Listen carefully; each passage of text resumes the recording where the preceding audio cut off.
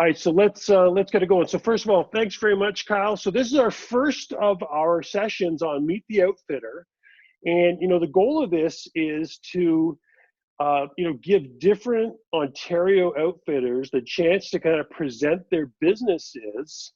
In some cases, people had booked into various sportsman shows north and south of the border. They got canceled. Video conferencing is becoming really popular now. So this is just kind of a different way that an outfitter can kind of tell you about what their business is. So Kyle, who's our guest tonight from Brace Lake Outfitters, is agreed to be our test pilot. And so we're testing the Zoom application tonight. And actually tomorrow night, we're going to do it a different way on Facebook Live. But listen, why don't we start here? I've got control of the screen here. So Kyle, why don't you take it over here, and I'll click along and follow along with you here. Perfect. Well, thanks for the opportunity, Scott. This is something that I think we're going to see a lot more of in the future, just the way the world is kind of trending at the moment. But I'm game for it. I think it's a great opportunity. And let me tell you a little bit about myself. Kyle Pileski, my wife and I, Terry, bought Brace Lake Outfitters, I'm going to say about 11 years ago now.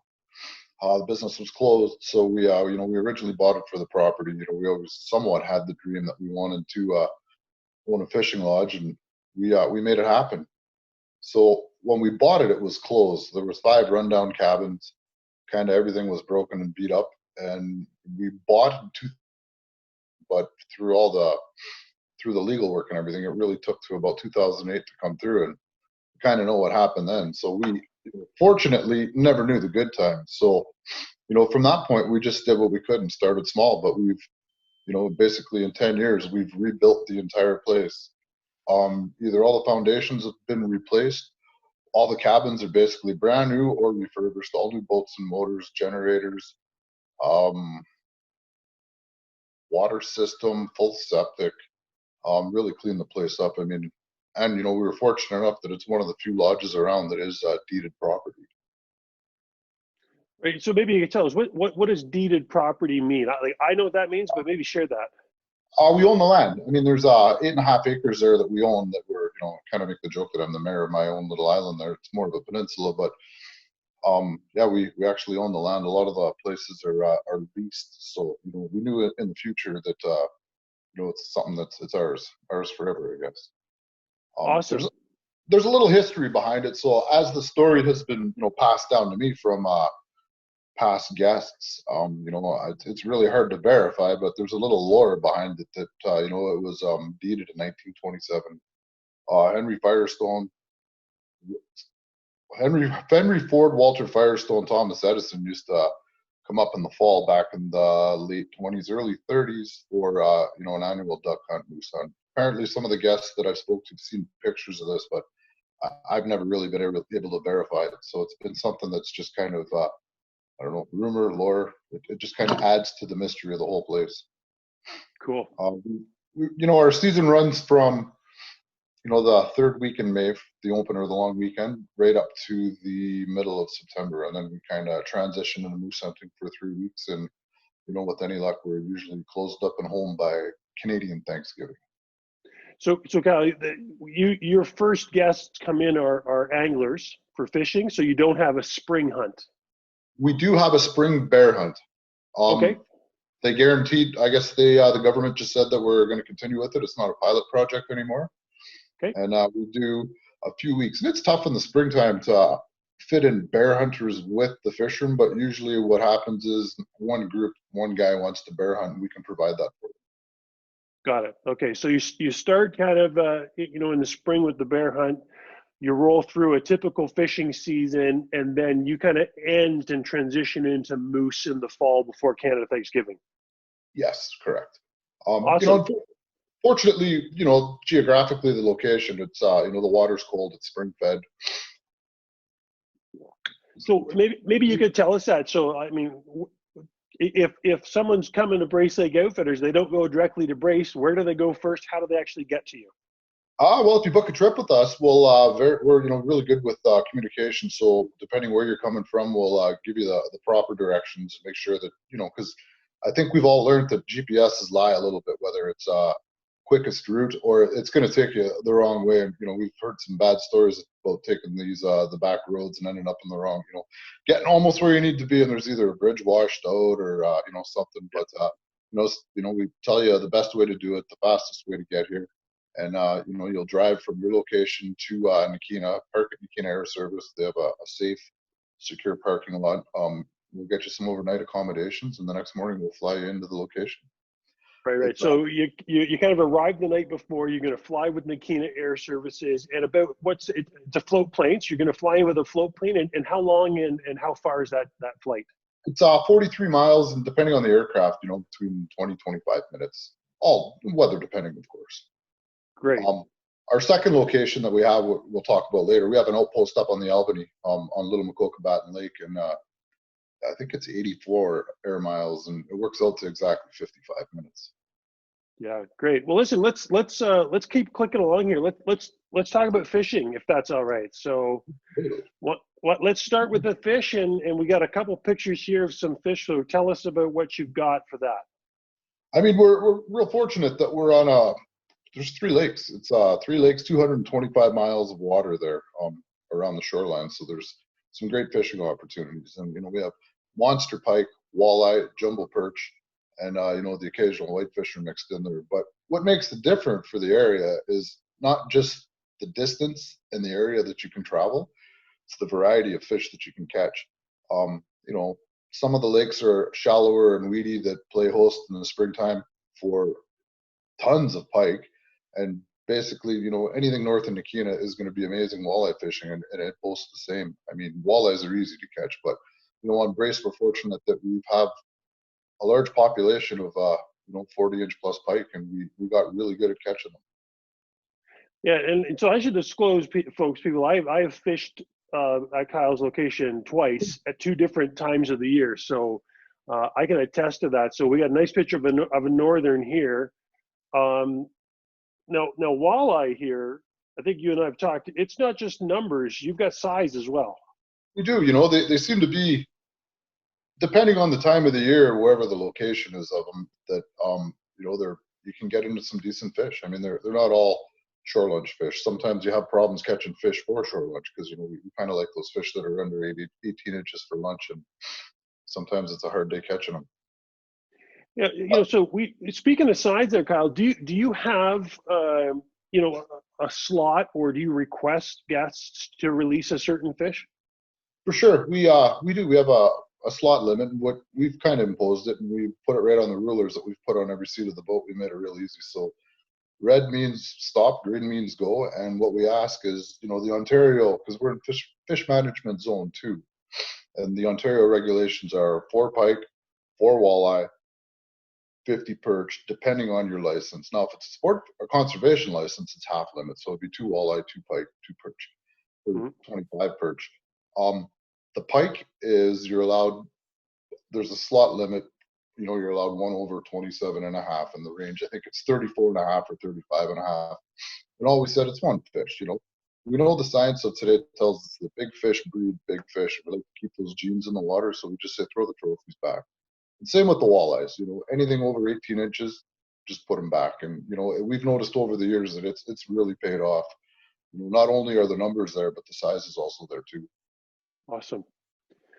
So we put this picture in. Shameless. This is me and my kids last summer. I was curious, and we didn't talk about this. You get anglers, but do you get families coming up to your lodge?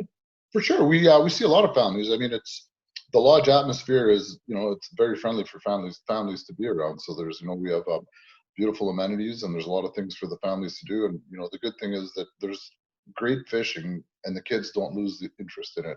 And you can also go off the dock and catch just as many off the dock as you can anywhere else on the lake. So it's kind of nice that the parents can come back at night, decompress, and just under your watchful eye, you can just safely watch them fish from the dock. Yeah, great. Listen, you talked a little bit about lakes, and so we've got a map here of the main lakes. Why don't you take us through what your fishing options are here? Well, sure. Like I said, there's 3 lakes. It works out to 220 miles of shoreline with software. And Arrow Lake's on the furthest end of the west. It's crystal clear. It's super deep. It offers great walleye fishing and big pike. It's generally a little deeper. Sometimes in the daytime, because the water's gin clear, that you need to be fishing a little deeper. And we're used to that 6 to 8 feet of water traditionally for walleyes, depending on whatever time of year it is. But sometimes you got to go 25, 30. Good electronics definitely help. Disadvantage, if it's a windy day, it's a really hard lake to fish. We got great boats and motors, but 4-foot waves are 4-foot waves. So, just if you're John Smith from Toledo, Ohio, who's in a boat once a year, sometimes it's a little white knuckled. Meadow Lake it's a fair sized lake as well, spotted with islands, and there's a lot of shallow weed flats and troughs, and it offers amazing pike fishing. Amazing pike fishing, excellent walleye fishing. And if it is windy, you can get behind the islands. And then the river system, it's close to 20 kilometers of river that offers some great opportunities depending on the time of the year and, the water levels. But when we move over to Brace, it's hourglass shaped. And one side of the lake is shallow and weedy, and the other side is deep and rocky with structure. And it's spring fed. So those big pike like that cold water. So they tend to hang out there quite a bit. Awesome. So there's just a comment in the chat box. If you're having problems seeing the screen, if you're on a smartphone, sometimes you need to make sure you tap the middle of your smart zone to get yourself back onto the main screen, just in case that's lost for you. I've saw one person's having a challenge there. So, size-wise, Kyle, we're seeing, Brace is the smallest, but that doesn't indicate it's not really proportional to fishing. And I fished both Brace and Meta, and I've had success on both. Is that fair to say? Yeah, it doesn't. We're guys, and what's going to happen is we're going to get in the boat. We're going to drive as far as we can, but it doesn't have to be that way. I mean, the greatest thing is that you don't have to go far, or you can put the frying pan in the boat with some wood and see you later. You're gone for the day. I mean, it's countless opportunities and endless experiences. And, if the weather's bad, you can stay close. If it's a beautiful, bluebird day and not much wind, you can pack the family up with the boys, and put a cooler in the boat, and away you go. You're off for the day. I mean, There's all something new. I haven't even explored all the water there myself, and I think I fish maybe a little more than a lodge owner should, but I'm on the water quite a bit, and I haven't seen everything yet. Well, listen, our next slide here, because one time, people will say, listen, it's so big, how do I figure it out? Now, one of the things you do offer is guide service. Can you comment on that? Yeah, we do. We have a guide service, and we take them out in the beginning of the year and show them the spots and when they're working. So they have guide duty, dock duty, general maintenance, but the last hour of every day they get paid to fish. So their job is to make sure that when they're out with the guests, that not only is the conversation very important, and they form that bond with the guests, that they can put fish and create memories in that boat, and that's what they do. And we've been fortunate. Last couple of years, we've had some great guys that really made us look good, and we're welcoming one of them back this year, this summer. So we're excited for that. And so obviously that's something that you would arrange, when you're booking your trip, or is that a decision that a guest makes on the fly? When we, I guess in the email after you book, we find out what plan you're on, day in, day out, whatever works for you, and just say, hey, we have a guide service provided. Would you like a guide on what day? And if not, great. Well, we give you a laminated map. It's easy fishing. You don't need a guide, but some people like someone driving the boat and doing shore lunch for them, and that's what it's all about. When you're on holidays, it's really nice to be treated like that. Cool. So, you talked a little bit about the zone you're in. And by the way, folks, if you do have any questions, you just type them in the chat box. And if we're not seeing questions, we're working on the assumption that Kyle's answering all your questions. You mentioned that you're in I think you said you're in zone 1 or 2. Zone 2, yes. So you're in zone 2. So I guess it's important for your guests to understand what zone they're in, because they're probably coming from another zone. Correct, and each zone has a different possession limit or catch limit, and that's really why we specify that, so to make sure, because some places come from somewhere that's 6 fish, and I make sure in orientation. So when the guests every morning, not every morning, the first morning, once we get them situated in their cabins, we do a general orientation. The do's and the don'ts and the way things work. And when we're doing boater safety, we explain to them what the limits are. Make sure that they're aware of the rulers on there, and everything's written on the ruler on the seat. So we'd hate to see somebody make a mistake and end up being stopped by enforcement and going home with a little extra. Nice. You know what? Question here on that came in, Kyle. It's not actually something that we had on our list. Was your Phi-2 Lodge? So there's obviously got to be a weight restriction. Can you tell us a little bit about weight and what people need to bring and not bring with them? Depending on the plan, usually we do an American plan, so we're a full service lodge, and we do all the cooking. We have all your, everything's provided for you except for alcohol and your snacks. So it's your 3 meals a day, and it's 130 pounds. So we also do a modified plan, which is usually 1 meal, and usually it's dinner meal, and it's you bring your lunch and your breakfast. And the same thing, and the same for that one. It's 130 pounds. Now the housekeeping package, where you show up and it's completely do it yourself, it's the same. So what we have a list that if it's somebody that's a first time fly-in person, and the biggest mistake they make is double up. So everybody brings 6 ketchups and 6 mustards, and that's really where the weight adds up. And 130 pounds, it's quite a bit for we want our guests to be comfortable.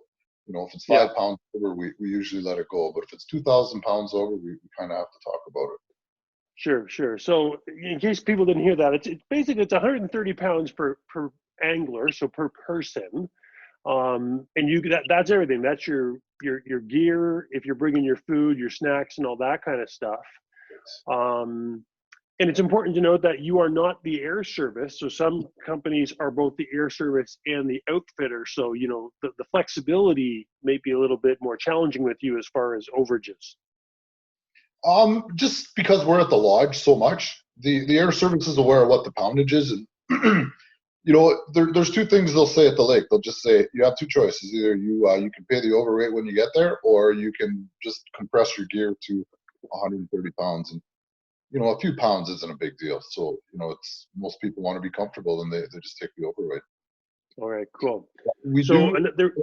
Sorry about that, Scott. I didn't mean to cut you off, but I kind of forgot about one thing. We do provide a flying service. So for $25, and unfortunately plus tax, we usually fly beer, pop, water.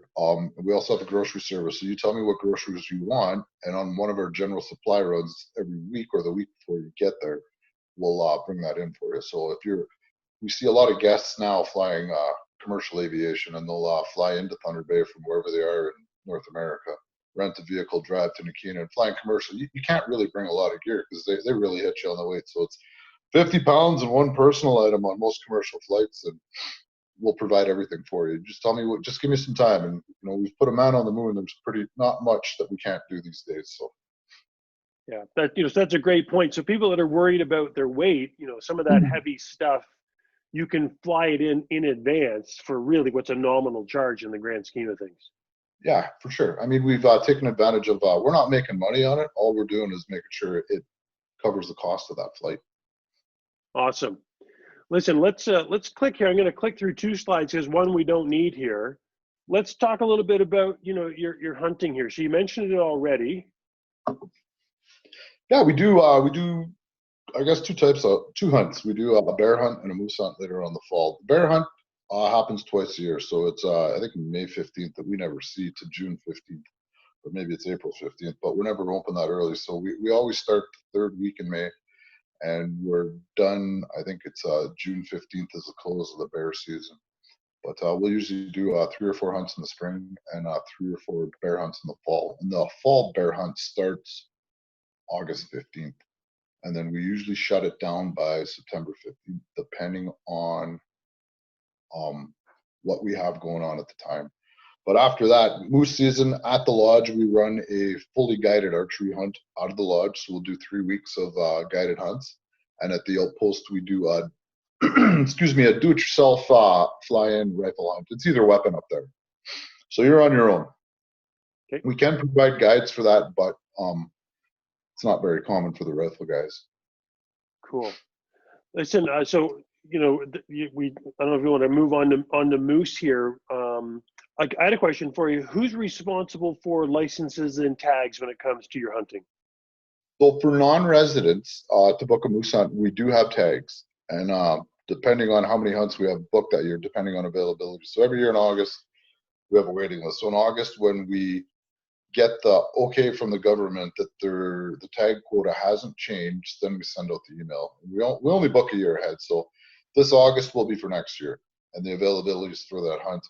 And we'll send out how many tags that we have, because sometimes they change things on the fly, and I'd hate to have somebody book a dream hunt and I have to call them and say, hey, I'm really sorry, but we just don't have the tags for that right now. There was a reduction, so we always wait till August till it's guaranteed. Send out the email. It's basically first come first serve, and that's what we do. Now for non-residents, they bring their own tag. And Kyle, when you say non-resident, do you mean non-resident of Canada or non-resident of Ontario? My apologies. I missed non-residents of any non-resident. So if you're other than an Ontario resident, it's considered, we can provide tags for you, but there's a limited number. Residents of Ontario, they can bring their own, and we just provide them with the accommodations. All right. So listen, a couple questions here that people asked. What's the benefit of the cedar boats? So we are going to talk about boats here. So let's pause that one when we get to cedar boats. There was a question about the Canadian government and the border. So at the time of this recording, because someone might be listening to this after the fact, there is a challenge with the Canadian-US border. Probably going to punt that maybe for maybe at the end of the session if you want, Kyle. We can cover that. For sure, yeah, it's probably the best. Great.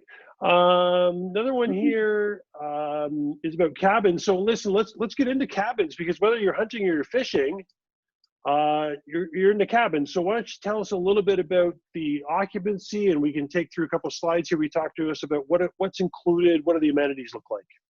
Okay, all the cabins are either vertical log or stick frame. They're all modern.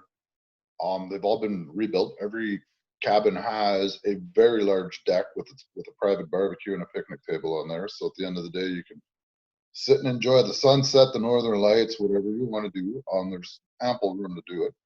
We have fire pits spotted, as long as it's not a restricted fire zone. We have fire pits spotted all over the property. But inside the cabin, the three-piece bathroom, shower, toilets, flush toilets, hot and cold running water. There's a sink in there as well. We provide all the bed linens, towels, sheets for your bed, everything. There's also in the kitchen it's fully stocked with all the amenities that you would need. We also have fish fryers available. And internet's a big thing. So we run two systems, and one of the things we do is we broadcast it. So depending on the platform that you have, you can get internet in most of the cabins without leaving the comfort of your cabin. So like I said, we're spread out over 8 acres. So some of the cabins are close together, and some of them are spread out far apart. So it's not your traditional lodge configuration. So if I could comment on that, and so you obviously don't have to bring things like plates and forks and knives, but what I also heard there is that the linens are included. So that's another thing you don't have to pack. That's not part of your weight limit. No, we have extra towels and basically everything you would need. We have a small, tackle shop and convenience store in the lodge, and if there's something you forgot, toilet or toothbrush, any of your toiletries, we generally have it, and the odd snacks. But it's just hard to have a huge variety for sale. But if there's something you need, like I said, call us ahead of time and we can have it. One of the common questions is usually about drinking water, Pal. So you have a unique way of handling that. Why don't you tell us the way the drinking water works for you? Yeah, there's two ways. So we have a filtration system, and because of where we are, we're in really tannic water, so it's heavy tea-stained water. We started out providing it to all the cabins, but it got real expensive sending it, down to the septic system with showers and flush and toilets. So we just blue jug it. We provide everybody either cases of water by bottles, but we're trying to cut down on that plastic concept, and we have the filtration system up by the lodge, and we just fill jugs for you, and you have potable water.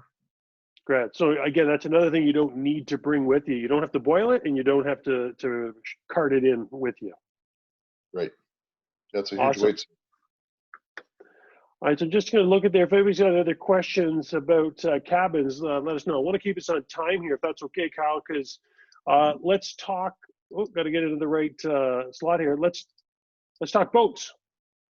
Oh, the cedar boats. That's everybody asks the cedar boats, and I mean we Terry hates my wife hates when I use this kind of analogy, but I mean we've named boats after ladies just because of cedar boats. I mean they're beautiful. They got clean lines. They have curves. And they're soft. When I first bought the place, we looked at all these boats. I was like, oh, I hate these boats. But once I started, using them. So the advantage of the cedar boat is it's 18 feet. It's a wooden boat. It's warm. You don't hear the banging, the denting, the dinging that aluminum does. Generally, if they're maintained properly and not overly abused, you can get about 20 to 25 years out of them. And I don't believe you can do that with a aluminum. On the other hand, they're labor intensive.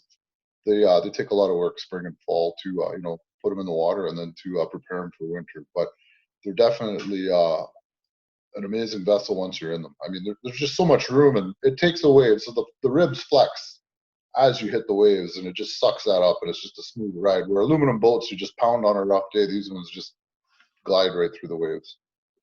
And Kyle, you guys are set up for based around the concept of 2 anglers per boat. Is that right? Yeah, absolutely. Two people for boat. Odd size groups usually fish 3, but 18-foot boat, there's a lot of room. And we've upgraded all of our boat seats a few years ago to these beautiful plastic Atwoods that I'm not going to say they're indestructible, but they're darn close and they're comfortable. And then motor-wise? We're running 20 horsepower, 4-stroke Mercuries. They with all the boats have prop guards, all the hazards that we know of in the lake that we mark every year. Every year we find one that wasn't marked, but we've got a small fleet of Javik jugs out there just to make sure that everybody's safe. But the prop guards are really help. They don't really slow it down. So we're running about 20 miles an hour with those, so they get you moving good. So a question here was about landing nets. Can you comment on your landing nets? Is that a piece of equipment someone's supposed to bring? Nope, we have life jackets, paddles, boater safety kit. When you get it, you can have a cradle for the big pike and a landing net in the boat. Awesome. So that's another benefit. That's another thing you don't need to bring with you. Because I know that life jacket. Sorry about that. Go ahead. Like I know a lot of people are concerned with, how much stuff do I need to bring? And it seems like you've been pretty mindful of eliminating kind of that repetitive stuff that people are going to bring every time, and you've just got it there. No, for sure. We also have some people have their fish finders that they've just grown to love, and some of them I agree with them. They have the chart plotter and GPS in them, but we have 12-volt batteries that also can go in the boat for them to supply their fish finders or whatever they need. Yeah, we've tried to eliminate all the extra stuff that somebody would want to bring to be comfortable. Right. And if people need it, you make bait available? Yes. Okay, super. So listen, I know a new thing for you is your outpost. So why don't you tell us a little bit about the outpost camp? Oh, geez, the outpost. Yeah, we lucked out on that one on the location. So we built a brand new outpost last year up on the Albany River on Little Macokabatten Lake. So you have the advantage of unbelievable walleye and pike fishing. And for some reason, the fish up there just seem to run bigger. I don't know what it is, but they're bigger, they're fatter, they're stockier, and they're feisty. We also have the advantage of some world-class brook trout fishing in the mighty Albany River, and you're only within a couple miles of it, so it kind of gives you the best of both worlds with it. So, I mean, I think we'll take a picture here. Take a look at a picture of another beautiful brookie. So, where the lodge is located, it's a widening, right, of the river. Yeah, basically Macokabatten Lake is just a widening of the Albany River. It's 43 or 44 kilometers wide, and I think 6 across. It's a formidable lake, and there's a lot of volume of water that moves through there. So there's a lot to explore. I mean, we haven't even scratched the surface of it yet. Normally we haven't got off the small lake yet. The fishing is spectacular everywhere we've gone so far, and I'd love to have more time to fish a little more, but I have responsibilities apparently. So I think this would be a picture of the new cabin. Is that fair to say? Yes. And is there, maybe you could talk us through the differences. Are there differences between what the Outpost offers as far as the accommodations and amenities versus the main camp? No, for sure. The Outpost is kind of I'm not going to say it's rustic. It's definitely modern with new amenities, but it's do it yourself in the sense that we drop you off in the middle of nowhere and you're by yourself with your friends in nature. And some people just want to have that experience. The lodge, we're always there for you. In the morning we gas your boat. If it rains, it's bailed. If there's any issues, we address them immediately. We drop by every night and see how the day was and if there was anything you need. Where at the Outpost, it's you have satellite telephone, satellite internet. If you have a problem, give us a call. But otherwise, just enjoy nature. It's something a little different for everybody. Awesome. And if I'm correct there, you've got hot and cold running water. It's an outdoor privy at that location, though. Yes. But you got a Unfortunately, shower. we do have hot and cold running water inside. We have an indoor shower. No bunk beds. So there's, mattresses. They're not foamies on them. We're providing satellite telephone and satellite internet, not just for comfort, but for safety. Great. So that's provided. That's part of the offering. Yes. Cool. So that's obviously kind of new this year in 2020. What's the occupancy? How many people could you put into that camp? It's a 10-man camp, and we built it for 8, just simply because the distance these days and with the airfare, it just came down to economics. So we just built a bigger 8-man cabin, we didn't want to put in bunk beds, and it's really hard with the plane because 8 guys, 85 miles is going to be it's tough to begin with. And if we went to 10, then it's an extra flight, and it just the economics weren't there at that distance. So, and we've noticed that throughout the years, the huge groups for seeing that in the Outpost weren't as common anymore. So we made a conscious decision to convert it to an 8-man. Right. And so, if people are looking for smaller groups, Kyle, and I would think for things like pricing and want to know about my group, they can reach out to you directly, right? And we're going to be putting your contact information at the end of the session here. Yeah, for sure, because every group is a little different and their needs are a little different, and it's easier just to speak to them one-on-one and figure out what we can do for them. All right. So one of the things that's kind of I'd say it's evolving is fly fishing. So maybe you comment on fly fishing and your company.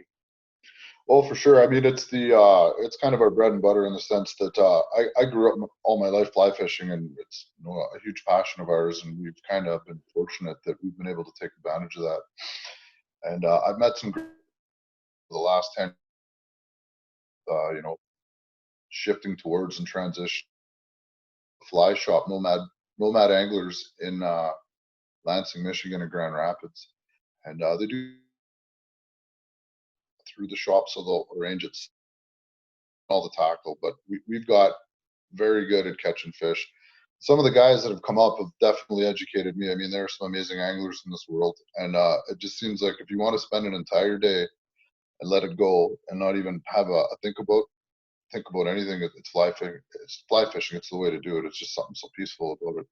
But it's amazing once you catch a monster like that on that rod. It's on. It's a good fight. Yeah, and I can confess I'm seeing a lot more fly fishing for pike these days. No, for sure. A lot of our groups have come far south and from the eastern seaboard. They would pass. They would get on Porter Airlines or Bay, rent a vehicle, come up, whatever they needed. Whether it was treats, food, beer, didn't matter. Whatever they needed, we could have it there, because when you're flying commercial, it is tight to. That's really how that started. I mean, they just want to show up, have a great meal, and do it all again the next day. Awesome. So, speaking of meals, why don't you tell us a little bit about if so? Obviously, people can go with housekeeping plan. You talked about your modified American plan, which is where you provide the dinners or you get all 3 meals. You want to comment a little bit about your meal services? Well, we kind of did the non-traditional American plan, and there's a lot of, because of the logistics of where we are, and like I said before, the airfare, we always try and eliminate the airplanes as much as we can because it's our biggest cost. So what we do is, Terry, my wife, is not only the cook, the chef, she's very good with communications with people. So we want to make sure that we're not feeding you food you don't like, any dietary concerns, allergies, and long before you show up on your trip for the American plan, we'll go through that and we'll formulate that menu. And it works not only for the guests, but for us, because now we're not real deep and overhead into all this food that we may be having, and we can, kind of run it lean and mean. But she's developed these dishes that I have to say, her signature dish is the beef Wellington. Not a lot of people have had beef Wellington in their life, let alone go to a fishing lodge and have it served for supper. It's kind of the showstopper. So I confess I've had the beef Wellington, and it is as advertised. Uh, so it's nice. So here's a shot, Kyle. I believe of your main lodge. So this is your main facility where, if you're on the American plan, this is where you're having your meals, correct? Yes, and you get to look out over the water. So it's up high on the hill and it overlooks the water. And essentially you've got water on. You can see water out three sides on the windows. Um, you know, one of my guests in the past and friends now, he told me, control what you can control. You can't control the fishing, you can't control the weather, but what we can control is the accommodations, our service, and the food, and we take great pride in that. Yeah, I could say I've done my share of flying trips, and I would say there's no place that can guarantee you great fishing every day, but everybody can have a bad day, but you're never going to have a bad week, when you're up there. Right. And so let's talk about that. Are there number of days that, like, are you at 3 days, 5 days, 7? How does it work for you? We can do anything, like I said, just a little bit of time on it, just for organizing airplanes and scheduling. But for the most part, we do 3 to 7 days. Most common days are 5 and 7. So all of our trips start on a Sunday or a Friday. So we either fly in on Friday and then in on Friday or Sunday. It's the two most common fly days that we have, and then we try and schedule all of our arrangements around that. Great. So this is what we're going to do. That's so we've kind of come to the end of the pre-made stuff. So number one, that's not Photoshop, by the way, folks. That's an actual shot from the lodge. Did you took that, didn't you, Kyle? I did. That's actually the dock in Nakina Air Service. So I have a friend that's National Geographic photographer. He's been all over the world. He's very good at it. He taught me how to do Northern Lights. And I mean, we see it so often. I mean, I just happened to get it right. I had the camera set right because we were doing them the week before, and I put it on the tripod, and I went down to the dock, stood there blasting them. It was amazing, but it's hard to stay up that late anymore. Yeah. So listen, so now is the time. So we got coordinates up on the screen there. So you got, Kyle, their website, bracelakeoutfitters.com, their email address, telephone number. My coordinates are there as well, where we're going to, be posting this stuff. One question that came in, Kyle, was, we talked about the guide service to help people out on Brace, Meta, and Era. What can you do to help people that go to the Outpost? Because my guess is you're not having a guide up at the Outpost. We just need some planning and some time on that one. It is possible. I mean, the rapids they're no joke, right? They're very, very serious. It's big water. It's great fishing. If you're not comfortable in a boat, I mean, geez, we need somebody that can get you down there safely. And we can arrange that as well. Awesome. So now would be the time, folks. If you've got any last questions, type them into the chat box. Otherwise, we'll kind of release people here. So I'll take a look there, see if anybody types something in. And what I'm going to do, Kyle, is I'm going to stop the recording here in a second here. Sure. Okay, here's a question, just so I understand. If I book a 7-day trip, so if I book a 7-day trip and I fly in on the Sunday and out on the Sunday, is that correct? Yes. So you'll fly it first, weather permitting. Usually it's 5 in the morning or earlier, depending on weather. But yeah, first thing in the morning. So you're first thing Sunday morning and out first thing Sunday morning a week later. Yeah, so you're getting like a full 7 days, 7 nights. It's just, the flexibility might just be about the plane ride on in and out day. Yes. All right. So listen, I'm just going to stop the recording here for a second. So folks that are watching this after the fact, make sure you reach out to Kyle to get the information.